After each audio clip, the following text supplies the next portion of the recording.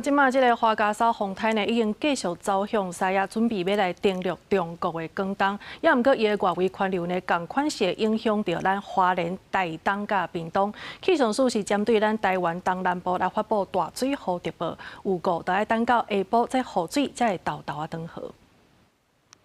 花甲沙风台影响东南部，拜二带来大量的雨水。虽然目前海警、陆警拜二拢已经解除，不过外围环流同款继续影响东南部地区。气象署也继续针对花莲、屏东、台东发布豪雨特报。 目前比较多的雨量是在台东县，今天已经下了306毫米了，屏东也有209毫米，另外花莲也有132毫米。 也若未来一礼拜天气状况，气象署表示，拜四开始天气会慢慢转好，各地拢会恢复稳定的天气。礼拜4一直到礼拜6，基本上大致上就是花东地区，还有基隆北海岸、宜兰地区可能会有零星的降雨。那整个西半部就会恢复到比较偏向是午后雷阵雨的天气形态。